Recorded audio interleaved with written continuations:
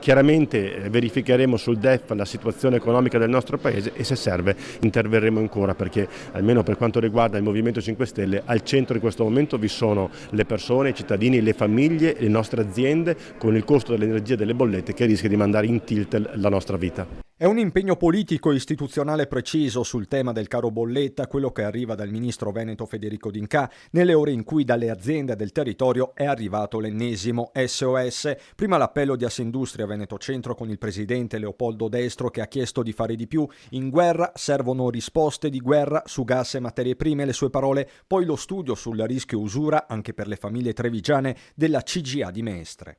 Le problematiche sociali durante la pandemia, durante una guerra, durante una crisi internazionale energetica si fanno sentire chiaramente tra le famiglie che hanno più bisogno e quindi l'attenzione massima. La priorità va all'economia quindi più che al riarmo, tema che nell'ultima settimana ha creato forti fibrillazioni nel governo. Lo stesso ministro ribadisce la linea sua e del Movimento 5 Stelle. Abbiamo chiesto che vi sia una gradualità nell'arrivo al 2% e soprattutto che vi sia finalmente un esercito europeo con questa bussola strategica che di fatto diventa il cuore pulsante dell'esercito e che metta insieme le tante risorse che l'Europa mette sugli armamenti. Ma difesa a parte, i temi su cui accelerare sono diversi. D'Incà li passa in rassegna. In questo momento in Parlamento vi sono 4 riforme fondamentali: la riforma del fisco, la riforma degli appalti, la riforma della concorrenza e la riforma del CSM. Sono mesi importanti per il nostro Paese per raggiungere gli obiettivi che sono 101 del PNRR, che per noi rappresentano da qui al 2026 235 miliardi di investimenti.